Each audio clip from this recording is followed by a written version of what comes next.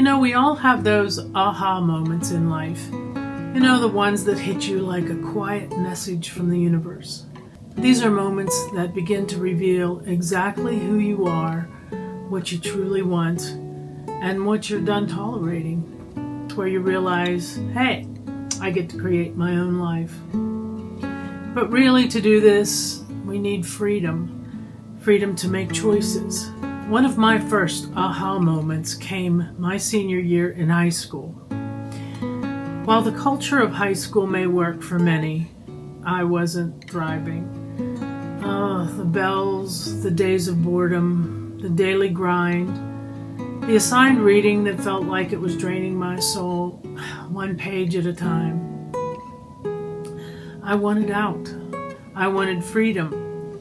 So in my senior year, I went to the guidance counselor and asked if I could leave for half a day and take a class or two at the local college. I remember it well. He leaned back in his chair and he gave me a smug little smile and asked, "So, is there a boyfriend involved?" I was so painfully shy, I stayed quiet. I let him have his moment, and I didn't explain. I just got the paperwork signed and walked out. The quiet walk out the door was the first brick in building and creating my own life. I know that once flying out of the school, I felt freedom. It started the beginning of many turning points where I realized I get to create this life. Not perfectly, not without scars, but my own. In the midst of all the chaos, I could finally read what I wanted, books that lit me up instead of books that made me feel numb. After college, freedom continued. No more reading lists chosen for me, and little by little, my days became my own.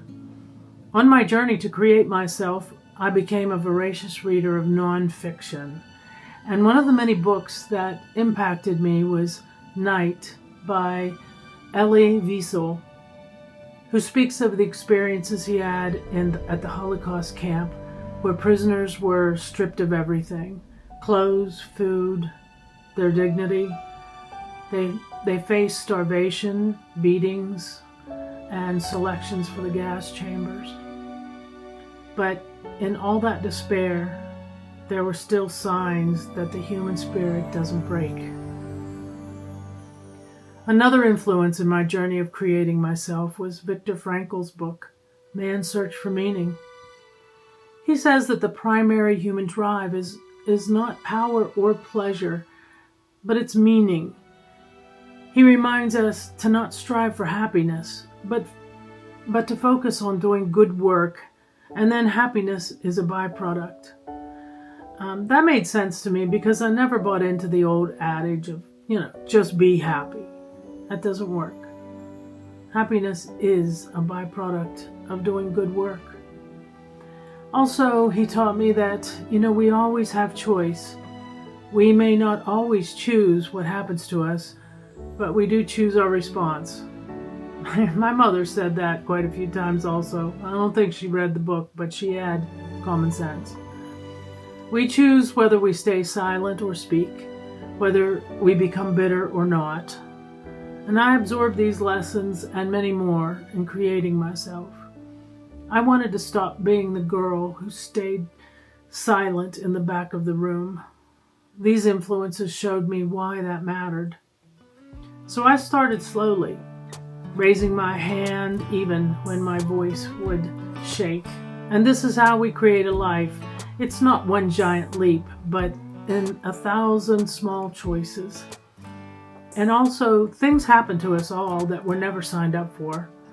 We've all had heartbreaks, setbacks, curveballs.